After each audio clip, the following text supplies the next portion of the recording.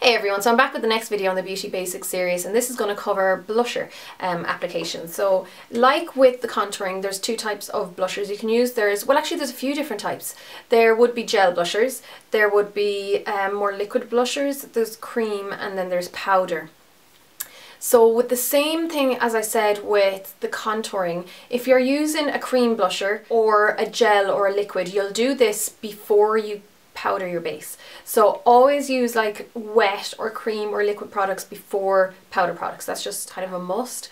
And then if you're using a powder blusher, you'll do this, or you'll apply this after you've set your base with powder. Yeah, just always keep that in mind when it comes to these kind of products. Now, powder blusher is what I'm going to apply today because I've already set my base with powder. But if you were to apply cream, it's really easy, and cream is really good for, or liquid or gel, but cream is really good for people with more kind of normal to dry skin and who is worried about powder looking a bit too dry or a bit cakey on them. And cream can also look quite a bit more natural than powder sometimes, definitely depending on the application as well. So with cream blusher, you just literally pop it onto your cheeks wherever you want to apply it, and then you can use your finger to blend it out. I love using my fingers with cream products on the cheeks because you can really blend it in, and the warmth of your finger will really get it well blended into the skin. So you can just dab it on and then kind of jump your finger on top to blend it out. You can use lipsticks in the same way on your cheeks. But for today I'm going to use a powder blush to demonstrate how to apply it. Now, I will be filming a tutorial after this, and the look requires a very neutral blush. So I am going to go with Tenderling by MAC. So this is a very neutral, kind of like a really dusky pink neutral kind of blush. It is a matte blush. Now, matte blushes obviously come with matte and shimmery finishes, and there would be different levels of shimmer as well in between. So something that I like that would be kind of like a daytime shimmery would be something like this. This is the Dainty Blush by MAC. It's a mineralized blush, so even though it's shimmery, it's still not like a disco ball. It's not really offensive for daytime. It doesn't make it look like you have thrown oil on your face. So it's something that you can wear. But the ones that are very high shine, I would tend to leave for nighttime. Just because at nighttime you're under much lower lighting conditions, so that if you have something that's extremely shiny, it's not going to be quite as obnoxious. And then if you do kind of walk somewhere where there's more light or some kind of artificial light hitting against it, you'll get that lovely blast of shine off it, but it's not going to be constant. So that's why it's a bit more suitable for nighttime. For daytime, I do prefer to go for something a little bit more matte, and then I can add a little bit of highlight on top, so I control the level of highlight for daytime. So that's my personal preference. Now again, one of my favourite brushes to use is the one that I used for the contour. This is the contour brush by Real Techniques, but as I did use that for the contour, I'm going to use something else for applying the blusher. So I'll use my MAC 131 brush. So this was a limited edition, but Sigma Cosmetics do an equivalent, which I have somewhere. I don't have it in front of me, but I will leave a link to the Sigma equivalent below, so you can definitely purchase it there if it's something you're interested in. I've heard loads of different rules about how to apply blush. Some people say to smile and apply it onto the apples of the cheeks. Other people say never smile, because then when you smile and you drop your face, it's going to be totally in the wrong place. Now this is all just about learning what suits you and what suits different face shapes. So for someone who has quite a prominent cheek, or like, their cheekbones are a little bit more receded and the part that sticks out is a bit more obvious, it's kind of easier to apply because then you know just from looking where your cheek is.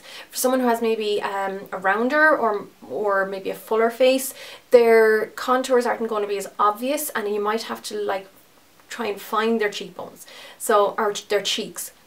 So in this case, it might be nice to get them to smile, so you can roughly get where the cheek, like the apples of their cheeks are, and you'll know where to apply it.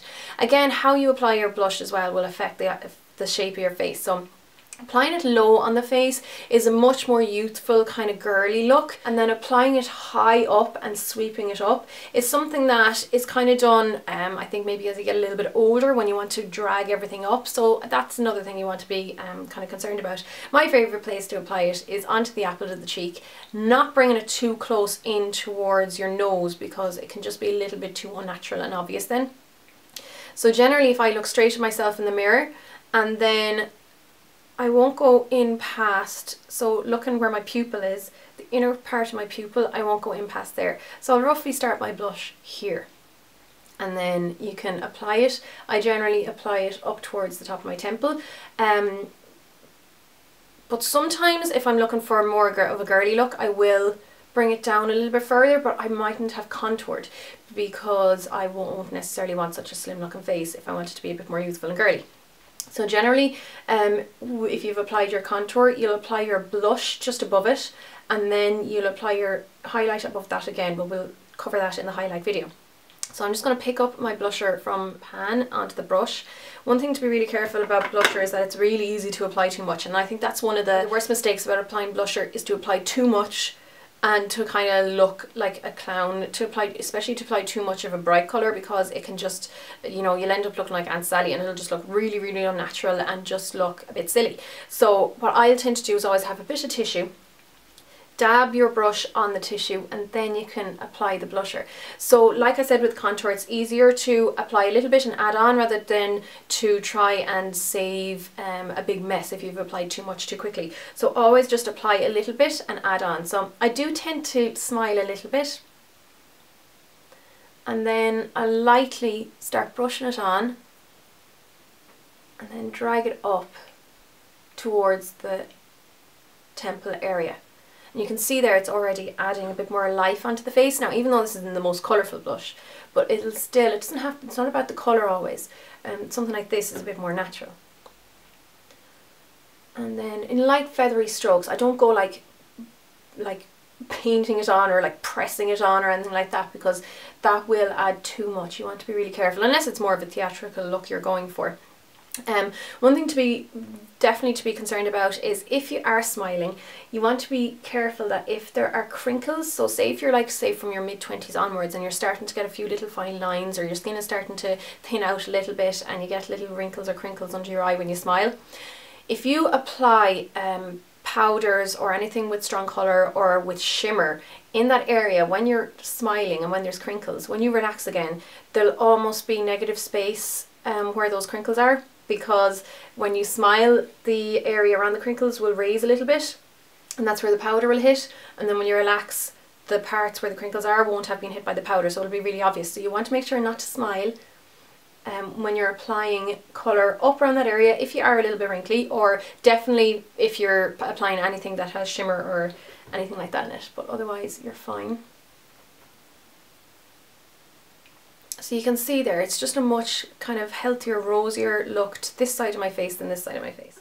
Not applying too much pressure, and then I do lightly pull it up towards the top of the ear. So like I said, if you want, you can bring it down a little bit further on the face. Generally, the rounder your face is, the less you'll bring it further down, because you don't want to emphasize the cheeks. So like with bigger cheeks, you might be a little bit less generous with your blush application, but if you have a very slim face, you might want to apply it a little bit wider of an area to give the illusion of slightly fuller cheeks. So just think of that when you're applying your products, always what you want to recede and what you want to make more obvious. So that's more than enough blush for today, especially since it is daytime. And yeah, I'm going to go on to the next Beauty Basics video now while I'm doing this, which is going to be highlighter. So I'll see you in the next one. Thanks a million for watching, guys. Slán!